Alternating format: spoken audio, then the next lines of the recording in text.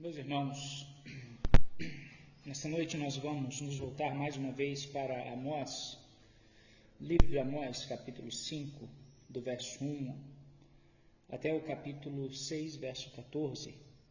Esse bloco é um pouco extensivo, mas é necessário para nós continuarmos na compreensão da mensagem do profeta Amós, ou melhor dizendo, a mensagem de Deus por meio do profeta Amós nos seus dias e de como nós entendemos esse texto e aplicamos esse texto especialmente às nossas vidas nestes dias.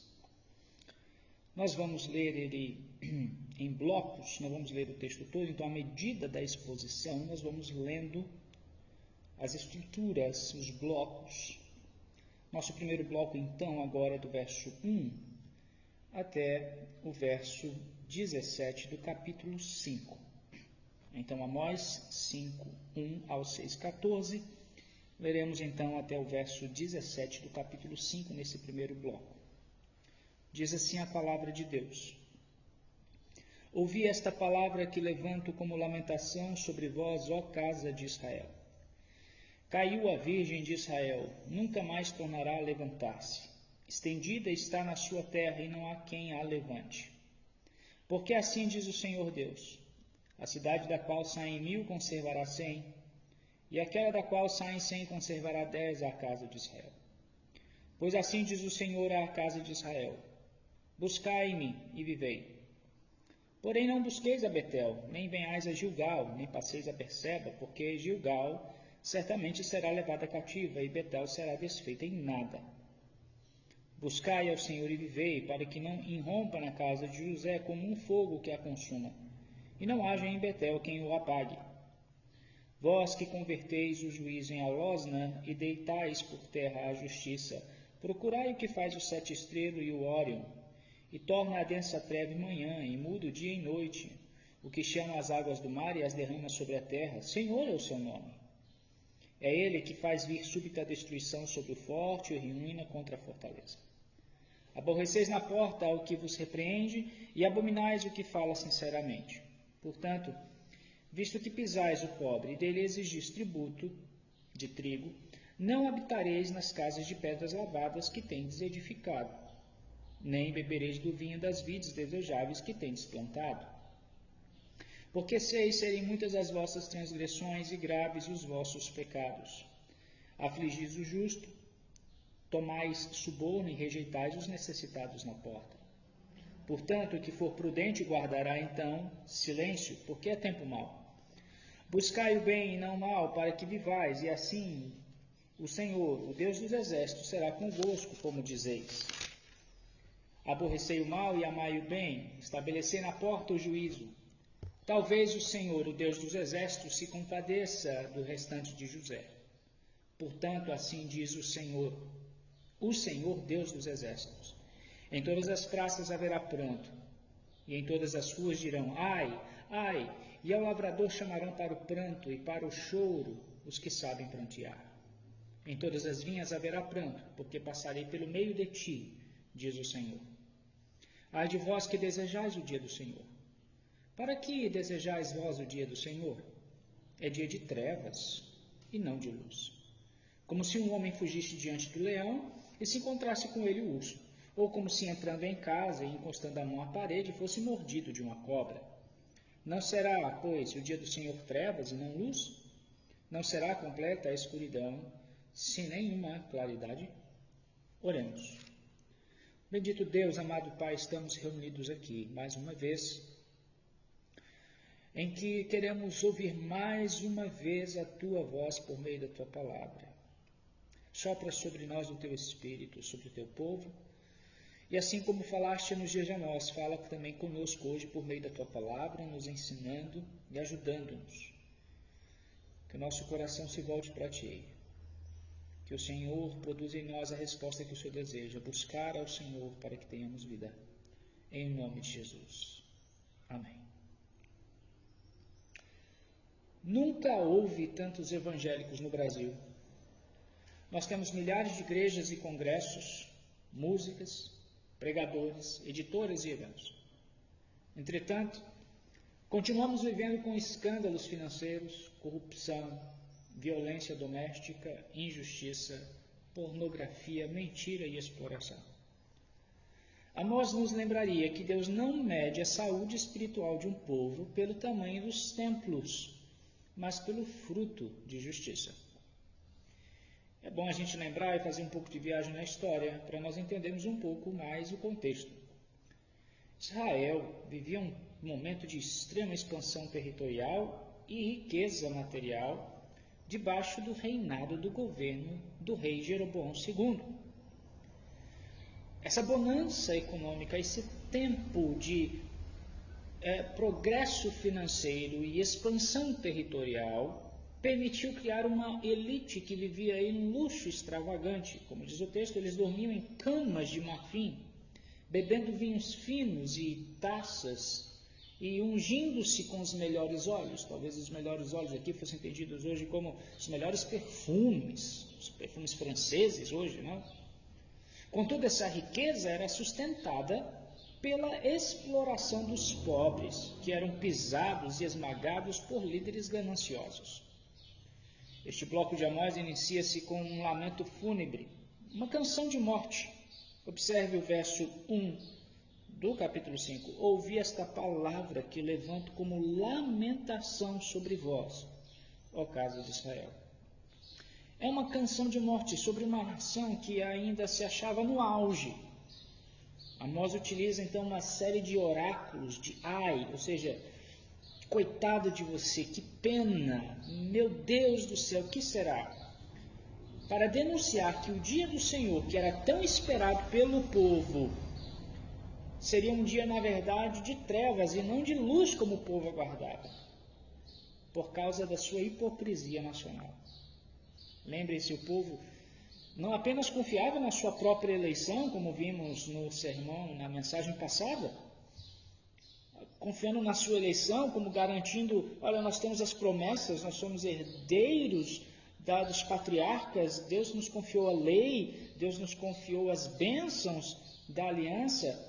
Eles não apenas confiavam na eleição divina, mas também confiavam nos lugares importantes de culto, ou lugares importantes do reinado de Israel, durante o tempo de Israel, que foram importantes na história do povo, como Betel, Gilgal e Berseba.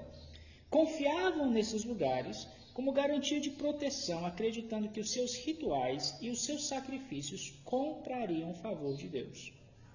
Amós confronta essa visão apelando para os fundamentos da aliança mosaica, conforme registrado em Deuteronômio 4, onde a posse da terra e a vida dependiam da obediência ética e não apenas de cerimônias. Esse é um contexto que nos mostra, então, que a ideia do texto, e o Senhor já começa mostrando essa realidade a partir do verso 4, uma advertência: buscai-me e vivei. Porém não busquem a Betel, nem a Gilgal, nem passeis a Berseba, porque Gilgal certamente será levada cativa e Betel será desfeita em nada. Qual é a ideia central deste bloco, que vai do verso 1 do capítulo 5 até 6:14? Busque a vida na justiça, pois Deus rejeita a segurança orgulhosa e a religiosidade vazia. Como nós vemos essa grande ideia apontada aqui no texto? Observe aí agora, nesse primeiro bloco do 1 ao 17, nós vemos o lamento fúnebre e o caminho para a vida. O Senhor levanta um lamento aqui pela queda de Israel, mas oferece a vida àqueles que o buscam em verdade, através da retidão, em vez de rituais vazios. O Senhor levanta então esse lamento fúnebre, contudo ele ordena ao mesmo tempo: buscai-me e vivei, alertando que aqueles santuários, buscar aqueles santuários, os lugares de culto do passado, Betel, Berseba e Gilgal, não fariam sentido, era sem proveito algum. Não adiantava ir para esses lugares importantes na história de Israel, sem, contudo, buscar a face de Deus, porque buscar esses lugares conduz ao exílio e à destruição. Agora é importante perceber e fazer a seguinte pergunta: por que estes lugares são mencionados? Qual a importância desses lugares na história de Israel? Bom, lembre bem, Betel está associado a um nome na história. Pense um pouco. A quem Betel é associado na história do povo? A Jacó. Jacó esteve, pelo menos teve dois momentos importantes na história de Jacó relacionados a Betel. Jacó foi a Betel. Na primeira vez que ele esteve lá, ele era um peregrino, sem saber para onde iria. Foi ali que ele adormeceu e sonhou, acordando que o Senhor estava naquele lugar, conforme Gênesis 28:16. Na segunda vez, Jacó voltava de Padã Arã. Ele lembrou-se da experiência que havia tido com Deus e passou por uma nova experiência. Deus falou com ele. Betel recebeu este nome por causa da realidade espiritual, ou seja, Deus estava lá, revelando-se, falando com o seu povo. Então, de acordo com as tradições de Betel, a presença de Deus ali era experimentada no poder renovador e orientador. Outro lugar mencionado aqui no texto é Gilgal. Gilgal entrou na história do povo de Deus quando invadiram a terra prometida sob a liderança de Josué. Foi o local do seu primeiro acampamento, segundo Josué 4,19, e o lugar onde levantaram um monumento de 12 pedras em homenagem à travessia do Jordão. Foi em Gilgal que foram constituídos como povo da aliança através da circuncisão e da Páscoa. Em Gilgal, Josué estabeleceu seu quartel-general para dali avançar por todo o território de Canaã. Foi em Gilgal que Saul, o primeiro rei, foi confirmado no reino. Está claro então, meus irmãos, que Gilgal era o santuário que proclamava a herança e a posse da terra prometida de acordo com a vontade de Deus. Agora, por que Berseba? Berseba está relacionado aos patriarcas Abraão, Isaque e Jacó, em que Deus reafirma a presença dele com o povo. Eu estou com vocês, eu estou com vocês, eu estou com vocês. Deus falando isso a Abraão, a Isaque e Jacó várias vezes em Berseba. E agora, Deus está dizendo para esse povo que se afastou dele, debaixo do governo de Jeroboão, que levantaram cultos idólatras, e levantaram cultos idólatras nesses lugares importantes para Israel, dizendo, eu não estou com vocês. Vocês vão para esses lugares, mas vocês não me buscam lá. Por isso, busquem a mim, não a estes lugares. Não parece muito com o cenário que a gente vê hoje no Brasil. Tantas pessoas fazem peregrinações, viagens, inclusive para Jerusalém, como se Jerusalém fosse o ápice, o momento importante da vida de fé do cristão. É claro que esses lugares são importantes. Eu mesmo tenho vontade de visitar. Mas ir para Israel, ir para Jerusalém, não alterará nada na minha fé e não fará com que Deus se volte para mim só porque eu fui para lá. Isso não vai comprar o favor de Deus na minha vida. E é curioso notar que muitos crentes vão para lá hoje em dia e se batizam no Rio Jordão novamente, né?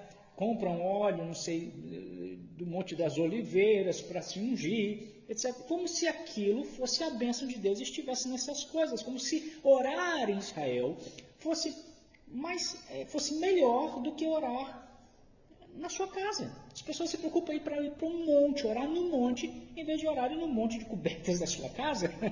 Não faz diferença alguma. Deus vai te ouvir onde quer que esteja.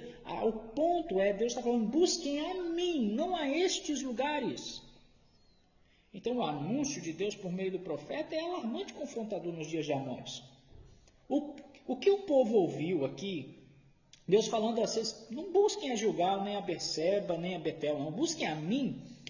Soou como assombro aos ouvidos. Porque Betel e Gilgal e Berseba, como os outros santuários, faziam uma promessa que não podia ser cumprida. Falava de uma herança, mas não podia tornar a herança em posse. Ao contrário, apesar de muita veneração, o exílio seria a sua experiência. E este exílio seria dado pelas próprias mãos que lhe concedessem a terra. Note bem isso na história. Deus havia prometido aquela terra para o povo. E as condições para aquele povo permanecesse na terra é obediência à palavra de Deus. Deus havia alertado várias vezes ao povo, inclusive por meio de Moisés, no dia que vocês me desobedecerem, eu vou tirar vocês dessa terra, vou levar vocês para uma terra estranha, um povo estrangeiro entrará, e vocês serão levados como cativos para uma terra que não é de vocês. Meus irmãos, o ponto aqui é muito claro. O Deus que havia dado aquela terra para eles, os tiraria daquela terra também por causa da sua desobediência, idolatria e rebeldia à palavra do Senhor. Nós não podemos errar na suposição de que, afinal de contas, a maioria daqueles que iam para Betel, Berseba e Gilgal pensavam que eram legítimos participantes das promessas de Deus. Eles pensavam sim. Amós e a história se uniram para proclamar, no entanto, que a maioria estava errada. E veja bem, o autor de Hebreus conecta essa história muito bem, de uma forma bem interessante. Porque em Hebreus, capítulo 3 e 4, Hebreus vai dizer que aquele povo que saiu do Egito, e que Deus reafirma por meio de Amós aqui, eu os tirei do Egito.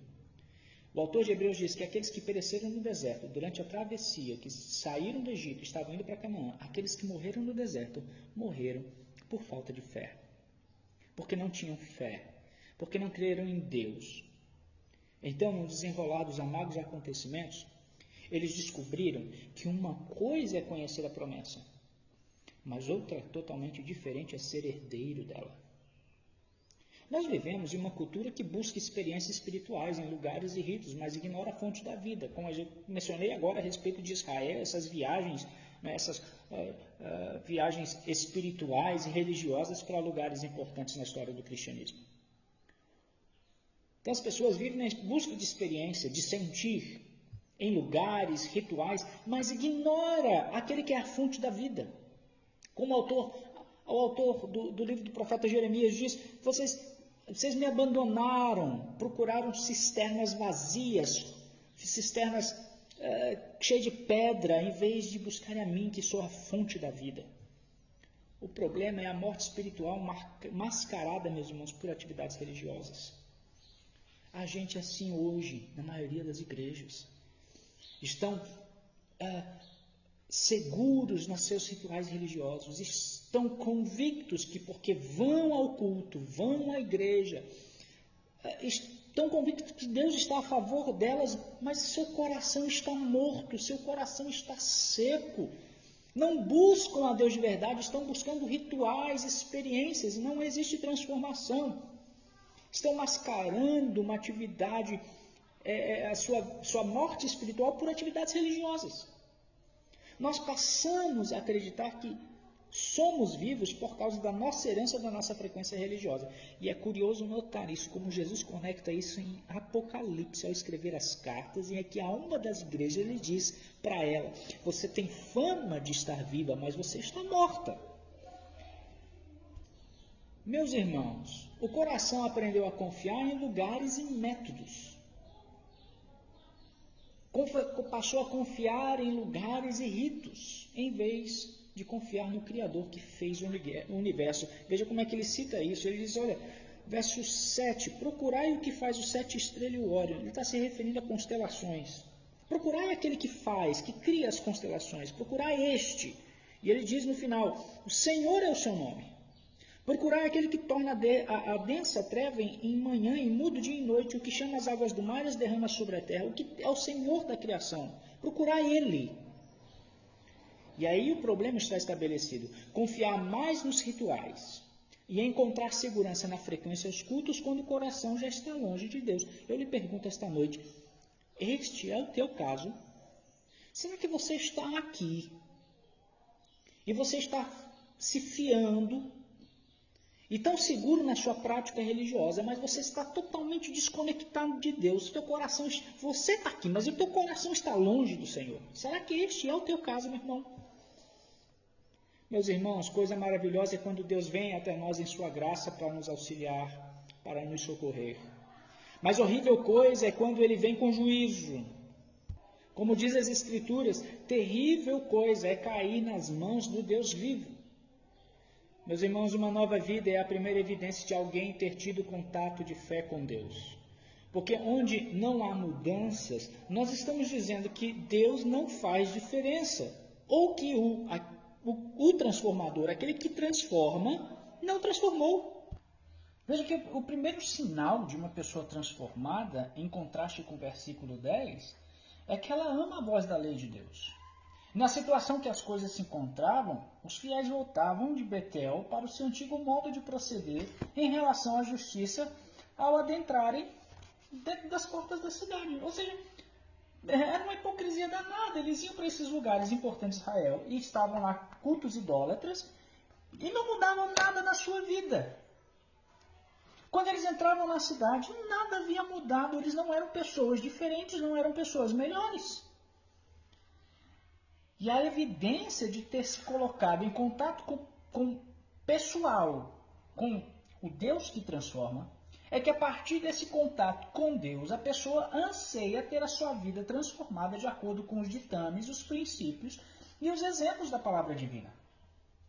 Observe bem, em Deuteronômio 4, 28 a 32, Moisés alertou os israelitas para as consequências da desobediência à sua palavra.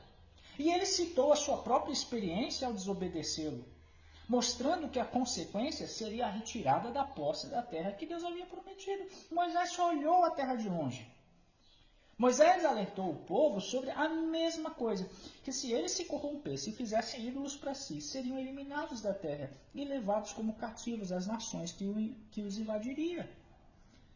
Nesta terra, quando eles estivessem lá no exílio, nessa terra estrangeira, é que eles passariam a orar a Deus e seriam encontrados por Deus se o buscassem de todo o coração.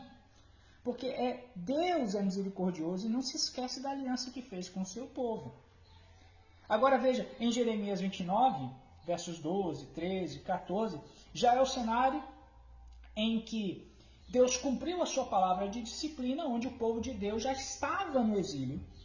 E Deus proclama aos exilados, dizendo, olha, vocês passarão a orar a mim e eu vos ouvirei. Como se Deus estivesse repetindo o que Moisés disse, naquela terra vocês vão orar ao Senhor. E Deus disse para ele, vocês passarão a orar a mim e eu vos ouvirei. Buscar-me-eis e me encontrareis quando me buscardes de todo o vosso coração. Eu serei achado de vós, diz o Senhor, e farei mudar a vossa sorte.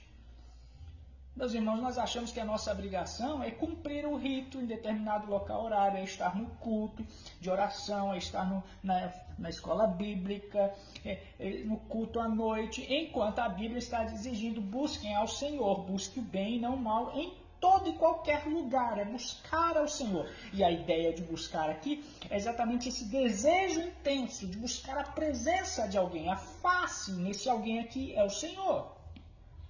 Agora, como é que nós vemos isso com a esperança? Jesus aponta que ele é o único caminho para Deus. Como é que você encontra Deus? Na pessoa de Jesus Cristo. Ele diz, eu sou o único caminho, eu sou o caminho, a verdade e a vida. Ninguém vem ao Pai senão por mim. É exclusivo. Jesus supera os ritos de santuários vazios, porque ele é o verdadeiro templo. Ele é o soberano sobre a criação. Ele fez os astros, ele fez os céus. Tudo que foi criado existe por meio dele, por ele e para ele. Será que então, num cenário em que as pessoas estão mortas espiritualmente, se apegando a rituais, a lugares religiosos, existe esperança num cenário assim? Existe. A esperança não reside em lugares de experiências, mas no presente tempo, que se chama hoje, em buscar ao Senhor, em buscar a Jesus Cristo. E como é buscar ao Senhor? Acaso Deus se esconde do seu povo para ficar como se estivesse brincando de esconde-esconde? Por que Deus encoraja o seu povo a buscá-lo? A resposta aqui é porque ele promete ser, ou se deixar ser, encontrado. Ele diz, buscar-me-eis e me encontrareis, quando vocês me buscarem de todo o vosso coração. É um desejo intenso pela presença de Deus, de querer Deus de verdade. Não meramente uma experiência religiosa, mas ter um contato com a pessoa que transforma a vida. Porque uma nova vida é a primeira evidência de alguém ter um contato de fé com Deus. Porque onde não há mudanças, nós estamos dizendo que Deus não faz diferença. O primeiro sinal da pessoa transformada, que foi tocada por Jesus Cristo, em contraste aqui com o verso 10, que eles tinham totalmente uma vida religiosa falsa, é que ama a voz de Deus. O segundo aspecto disso agora é do verso 18 ao 27. Vamos ler esse texto agora, 18 ao 27. Aqui nós vemos o ai contra a religiosidade sem prática. Observe. Ai de vós que desejais o dia do Senhor. Para que desejais vós o dia do Senhor? É dia de trevas e não de luz. Como se um homem fugisse diante do leão e se encontrasse com ele o urso, ou como se entrando em casa, encostando a mão à parede,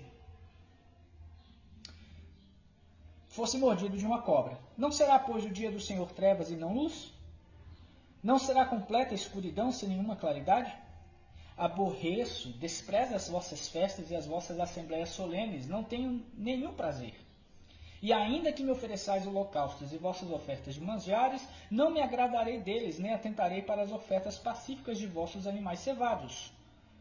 Afasta de mim o estrépito dos teus cânticos, porque não ouvirei as melodias das tuas liras. Antes corra o juízo como as águas e a justiça como o rio perene. Apresentaste-me, vós, sacrifícios e ofertas de manjares no deserto por 40 anos, ó casa de Israel? Sim, levaste Siculte, vosso rei, Quium, vossa imagem, e o vosso Deus estrela, que fizeste para vós mesmos. Por isso vos desterrarei para além de Damasco, diz o Senhor, cujo nome é o Deus dos exércitos. Nesse ai aqui contra a religiosidade e essa religiosidade sem prática, Deus adverte que o dia do Senhor é um dia de trevas inescapáveis para aqueles que mantêm uma religiosidade puramente cerimonial, enquanto estão negligenciando uma vida de fluxo de justiça constante. E Amós aqui alerta que esse dia do Senhor, que eles tanto esperavam, que era um dia de esperança, seria um dia de trevas e não de luz. Agora, para quem que o dia do Senhor é um dia de trevas e não de luz? Para aqueles que não buscam a face de Deus, para aqueles que não buscam a justiça de Deus.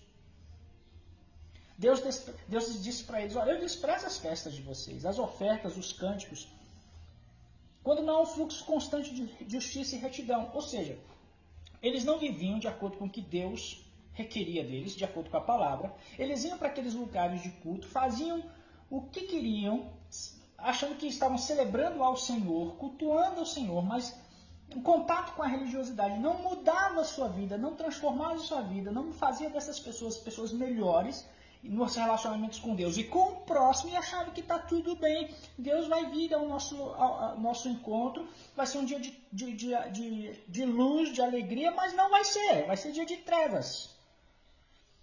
E existe uma tendência muito parecida nos dias de hoje, em que as pessoas querem o favor de Deus, querem o dia do Senhor, a bênção, mas elas se mantêm longe da verdadeira justiça de Deus. Suas mãos estão cheias de injustiça e corações vazios de misericórdia, de amor ao próximo. E o que elas temiam na verdade? O que é que nós tememos hoje? Tememos a perda do conforto social e do status mais do que a ausência de Deus. Era assim que Jeroboão e a nação vivia. Nós vemos Deus como alguém que pode ser comprado com sacrifícios e rituais externos em lugares importantes da religiosidade, ignorando o que Deus exige da sua palavra.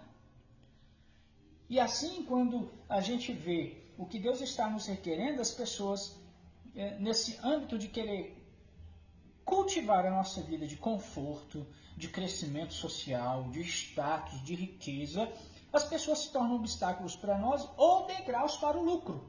Enquanto a adoração se torna um narcisismo religioso, sabe? É aquele negócio assim, eu não vivo como Deus quer, com Deus e com o próximo, e eu vou para o culto apenas para apaziguar a minha consciência culpada, cheia de pecados. Nossos desejos, meus irmãos, não se tornam os nossos ídolos externos, mas se tornam a nossa própria adoração. Quando nós desejamos algo e vivemos para aquilo, nós adoramos aquilo. Adoramos aquilo que enche a nossa vida de significado, prazer e alegria. É o que estava acontecendo nos dias de Jeroboão.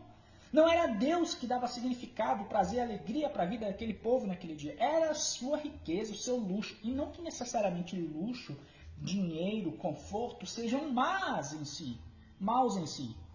Mas é quando estas coisas ganham o nosso coração, quando Deus não passa a ser mais o nosso desejo, que consome a nossa vida, então nós nos tornamos culpados. Quando o nosso desejo deveria ser buscar ao Senhor com toda a nossa força, esse desejo intenso pela presença de Deus e a face de Deus, desejamos saciar a nossa sede. No entanto, muitas vezes saciamos esse desejo de forma errada. Qual é a solução para esse desastre? A luz, sim. É aqui que está a beleza do Evangelho. Jesus é o verdadeiro adorador que ofereceu o sacrifício perfeito. É Ele quem enfrentou as trevas do dia do Senhor na cruz, para que nós pudéssemos ter luz e justiça real diante de Deus. Somente em Jesus Cristo nós encontramos a verdadeira adoração a Deus, que é realizada em espírito e em verdade, em contraste com o culto cerimonial rejeitado em Amós. Jesus disse: aquele que crê em mim, rios de água viva fluirão do seu interior. Terceiro aspecto, então, caminho agora para o último bloco, do versos 1 ao 14 do capítulo 6. Vamos ler então esse último bloco. Diz assim a palavra de Deus: ai dos que andam à vontade em Sião e dos que vivem sem receio no monte de Samaria. Homens notáveis da principal das nações, aos quais vem a casa de Israel. Passai a Calné e vede, e dali ide a grande Ramate, depois descei a Gate dos filisteus. Sois melhores que estes reinos? Ou será maior o seu território do que o vosso território? Vós que imaginais estar longe o dia mau e fazeis chegar o trono da violência, que dormis em camas de marfim e vos espreguiçais sobre o vosso leito e comeis os cordeiros do rebanho e os bezerros do cevadouro, que cantais à toa, é um tempo pesado, né? Vocês cantam à toa, ao som da lira e inventais, como Davi, instrumentos, músicos para vós mesmos, que bebeis vinho em taças e vos ungis com mais excelente óleo, mas não vos afligis com a ruína de José. Vocês não se afligem com a ruína do meu povo, ele está falando isso. Continua. Portanto, agora ireis em cativeiro entre os primeiros que foram levados cativos e cessarão as pândegas dos espreguiçadores. Jurou o Senhor Deus por si mesmo, o Senhor, Deus dos exércitos, e disse: abomino a soberba de Jacó e odeio seus castelos, e abandonarei a cidade e tudo que nela há. Se numa casa ficarem 10 homens, também esses morrerão. Se, porém, um parente chegado, o qual os há de queimar, toma os cadáveres para os levar fora da casa, e diz ao que estiver no seu mais interior: haverá outro contigo? E este responder: não há. Então lhe dirá: cala-te, não menciones o nome do Senhor. Pois eis que o Senhor ordena, e será destroçada em ruínas a casa grande e a pequena feita em pedaços. Poderão correr cavalos na rocha e lavrá-la com bois? No entanto, haveis tornado o juízo em veneno e o fruto da justiça em alosna. Vós vos alegrais com Lodebar e dizeis: não é assim que por nossas próprias forças nos apoderamos de Carnaim? Pois eis que levantarei sobre vós, ó casa de Israel, uma nação, diz o Senhor, Deus dos exércitos, a qual vos oprimirá desde a entrada de Ramate até o ribeiro de Arabá. O Senhor é que abomina o orgulho dos líderes, que viviam no luxo enquanto ignoravam a maldade na nação, a ruína de José, como diz aqui, jurando que a destruição chegaria às suas fortalezas, e fortalezas que eram ilusórias. Amós aqui denuncia, meus irmãos, os líderes que viviam no luxo, como ele coloca, e ele descreve esse luxo: camas de marfins, vinhos em taças, mas não se entristeciam com a ruína social, a ruína de José. E Deus jura por si mesmo que detesta essa soberba, esse estilo de vida dos líderes da nação, de total paralisia, preguiça, insensibilidade, inatividade, luxo, em um mundo quebrado pelo pecado e ruína social do seu povo. Ele fala primeiro de todos os líderes. E os líderes, meus irmãos, nunca vivem nem morrem para si mesmos, como qualquer outra pessoa. Mas, num sentido particular, eles moldam o destino daqueles a quem lideram. Envolvem outros nos moldes que a sua liderança impõe à organização ou à comunidade que estejam liderando. E, portanto, se a sua liderança está debaixo da bênção de Deus, jamais esses líderes serão abençoados sozinhos, mas atrairão a bênção também sobre aqueles que eles lideram. Do mesmo modo, se a sua liderança, se a liderança desses líderes não está debaixo da bênção de Deus, ela atrai a ira de Deus e jamais também irão sozinhos para o seu destino e seu julgamento. De forma resumida, meus irmãos, líderes que se colocam debaixo da bênção de Deus e buscam o Senhor, todo o povo abençoado. Líderes que não se colocam debaixo da bênção de Deus, não buscam a face do Senhor, o seu povo também sofre as consequências dessa inatividade, preguiça, paralisia espiritual. Deixa eu fazer uma aplicação muito importante aqui. Eu quero trazer isso para mim em primeiro lugar, para nós, para a nossa vida como igreja. Meus irmãos, eu careço das orações de vocês. Eu oro por mim. Eu oro pelo meu ministério. Mas eu careço das orações de vocês. Como líder de vocês. Como um pastor, como um presbítero. Eu careço das orações. Pela minha vida pessoal, matrimonial, pela educação dos meus filhos, pela minha vida financeira, pela vida espiritual, por esta igreja. Eu preciso de sabedoria. Preciso da bênção de Deus. Que eu não me torne indolente, nem preguiçoso, nem avarento. Porque eu preciso da bênção de Deus, não para mim apenas a minha própria vida, mas para abençoar vocês. Agora, existe um outro aspecto importante aqui. Porque a vitória é do rei e a vitória é do povo. Agora, quem é o rei? Não sou eu. O rei é Jesus Cristo. E debaixo dele é que nós temos todas as bênçãos. Esse é maravilhoso cumprimento aqui em Amós. Enquanto todos os líderes de Israel falharam, Jesus não falhou. Jesus é o bom pastor que cuida das suas ovelhas. Ele é o rei que guia seu povo e protege o seu povo, como a Paulo, na carta aos Efésios diz, capítulo 1, a partir do verso 3, bendito seja o Deus e Pai de nosso Senhor Jesus Cristo, que nos tem abençoado com todas as sortes de bênção espiritual nas regiões celestes em Cristo Jesus. Só em Cristo, debaixo do governo de Cristo, é que nós somos abençoados, meus irmãos. Agora mostra também um contraste interessante. E aqui é esse contraste com os dias de Amós, com a nossa vida e com essa realidade espiritual da bênção de Jesus. O contexto atual mostra também essa mesma segurança que é falsa, na atualidade, colocada em castelos de carreira, finanças e influência. Como é que nós vimos isso hoje? Líderes que esbanjam e sugam os pobres diante de suas misérias, ignorando seus sofrimentos. Líderes opressores. Passa-se a acreditar que se é superior aos outros, é o principal das nações por causa do conforto e se acha intocável. E aqui existe um princípio que Pedro diz, de que Deus resiste aos soberbos, mas dá graça aos humildes. Tiago também fala isso. Esse princípio de que Deus resiste aos soberbos, mas dá graça aos humildes, fundamenta o juramento divino contra o orgulho. A retribuição divina de que o homem colhe o que aquilo que se vê é muito real. A injustiça gera veneno e amargura, meus irmãos. Hoje nossas casas de marfim talvez tenham outros nomes. Estabilidade financeira, concursos públicos, investimentos, carreira, influência digital, patrimônio, aposentadoria, reconhecimento profissional. Nenhuma dessas coisas em si é pecado.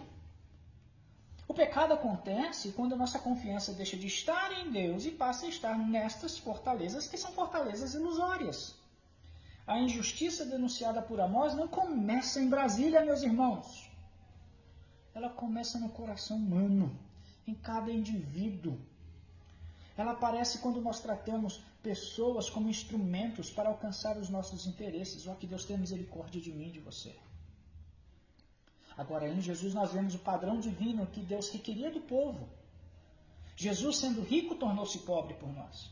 Ele não descansou em camas de marfim, mas não tinha onde reclinar a cabeça, assumindo a ruína de José para nos restaurar. Veja, enquanto os líderes de Samaria se orgulhavam de suas fortalezas, de seus castelos, Jesus, sendo Deus, esvaziou-se a si mesmo, assumindo a forma de servo. Ele assumiu a ruína de José, assumiu a ruína do seu povo. Como Mateus diz, ele veio para salvar o seu povo dos seus pecados. Ele veio para nos exaltar. Qual é a conclusão que nós chegamos, meus irmãos? Em primeiro lugar, entenda que a vida de fé deve se manifestar não uma paralisia diante do mal, mas em uma justiça que flui incessantemente em favor do próximo. Por isso que a grande ideia desse texto é: busque busque a vida na justiça, pois Deus rejeita a segurança orgulhosa e a religiosidade vazia. Deixe-me repetir mais uma vez. Busque a vida na justiça, pois Deus rejeita a segurança orgulhosa e a religiosidade vazia. Como isso? Como fazer isso? O que isso significa? Primeiro, buscar a justiça envolve buscar a Deus em Cristo. Porque Cristo é a manifestação da justiça de Deus em nosso lugar. E então, a justiça prática, ou seja, aquilo que deve ser feito como correto, aquilo é correto a ser feito, tem como fundamento a justiça de Deus em Cristo. Então são dois aspectos da justiça aqui. Em Cristo, Deus executou a justiça contra o pecado, punindo o mal, transformando nossos corações. Portanto, buscar a vida na justiça começa por buscar a vida em Deus, na pessoa de Jesus. É isso que ele está dizendo, buscai ao Senhor e vivei. E buscar ao Senhor e viver implica em abandonar seguranças religiosas falsas e rituais vazios, para encontrar comunhão verdadeira com o Criador, que é encontrado em Cristo, que é a nossa retidão. Esse é o Evangelho. Comunhão com Deus por meio exclusivo do seu Filho, que morreu por pecadores para satisfazer a justiça de Deus contra o pecado.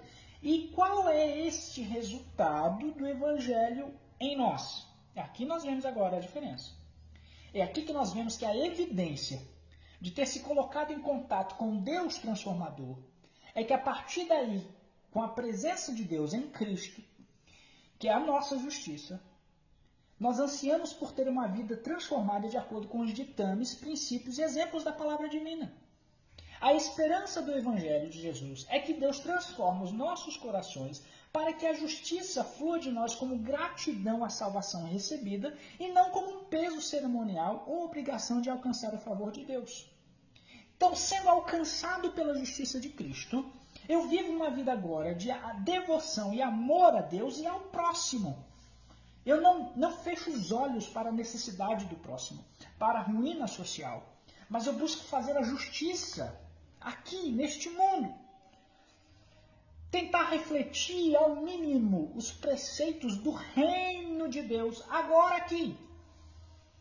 Por causa da justiça que Cristo conquistou na cruz do Calvário e transformou meu coração e me perdoou. É essa a implicação do Evangelho em nós. Então a esperança não está em nossa capacidade de cumprir a lei, mas naquele que a cumpriu por nós. E assim a nossa segurança não é orgulhosa, mas ela é humilde, quando nós nos submetemos ao Senhor. Essa segurança não repousa no que nós fazemos por Deus e para Deus, nessa religiosidade vazia. Mas a nossa segurança repousa naquilo que Cristo fez por nós em Cristo, que é a nossa retidão. Que Deus nos abençoe. Amém.